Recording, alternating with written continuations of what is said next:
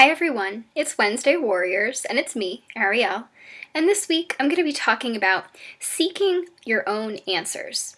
And this might sound like a strange topic for eating disorder recovery, especially because I like to emphasize the importance of knowing when to ask for help and reaching out.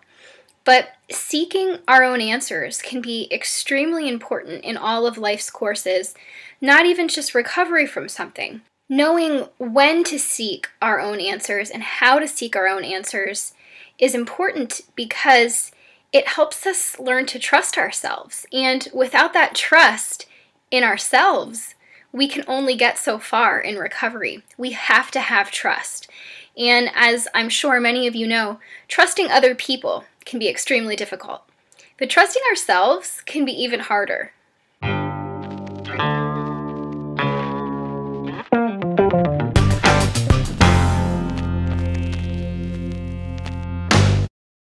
We live in a world where we're constantly looking to others to validate us, to give us answers, to give us reinforcement. And it's a great thing because human connection is so important.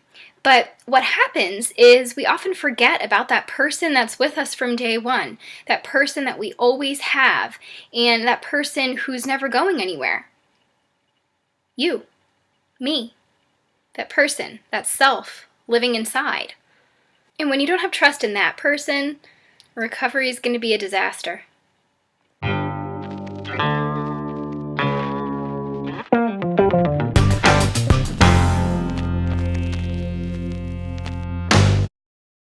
You are your own best advocate. You're your own best warrior. And you're your own best cheerleader. You are your greatest weapon against your eating disorder. You just have to believe that. You have to trust yourself. Sometimes when you're seeking your own answers, you will arrive at an answer that is ask a person for help. Ask someone else. And that's okay. That's great because sometimes that is the answer. But knowing when to ask that question and knowing when to trust the answer that you receive is huge.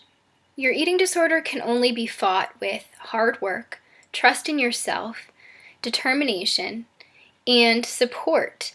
And whether that support is from a plethora of other people or just you, your core self, this person that's in here, it doesn't matter. Support is support. Knowing what support looks like is important.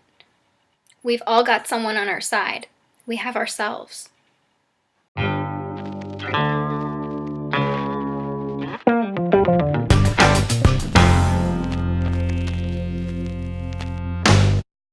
Journaling is a great way to seek those answers within yourself. And journaling can be done in a bunch of different ways. It doesn't just have to be pen on paper.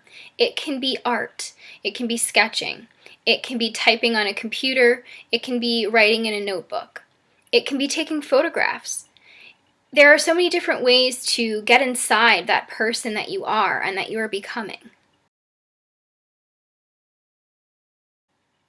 And journaling doesn't have to be all creativity.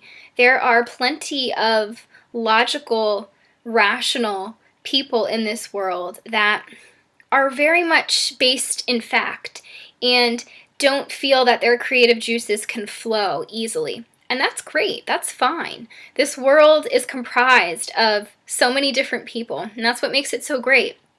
And don't think that just because you don't consider yourself a creative person that you can't journal.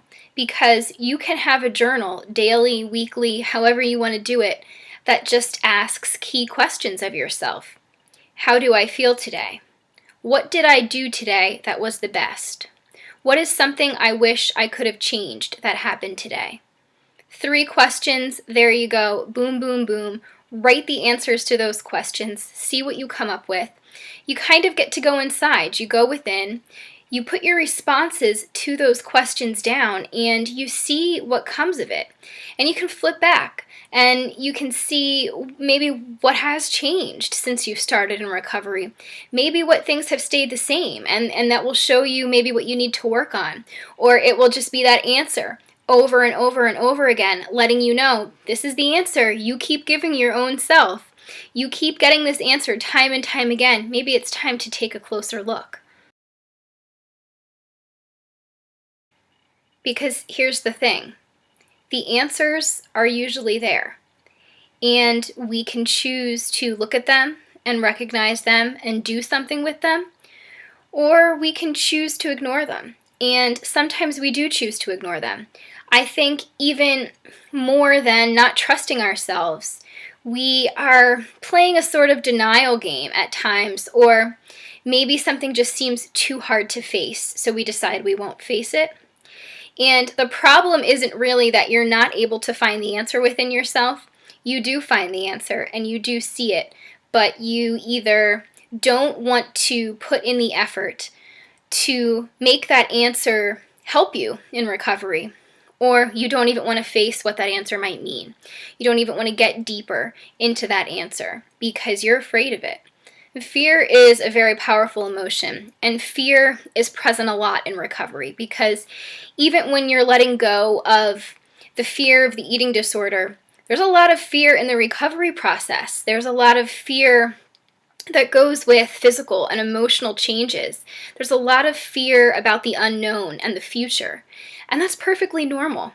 It's perfectly understandable. You're doing hard work, good work, and you are left with yourself at the end of every day, and only you know what those answers are that you haven't had the courage to face yet, and sometimes that can be overwhelming.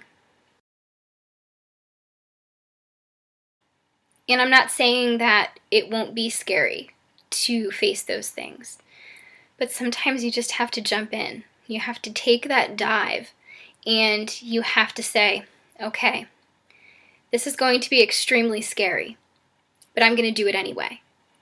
Letting fear hold you back will be the recipe for regrets that you will have for the rest of your life. And to live a life without those regrets, you have to throw that fear away, or at least push right through it.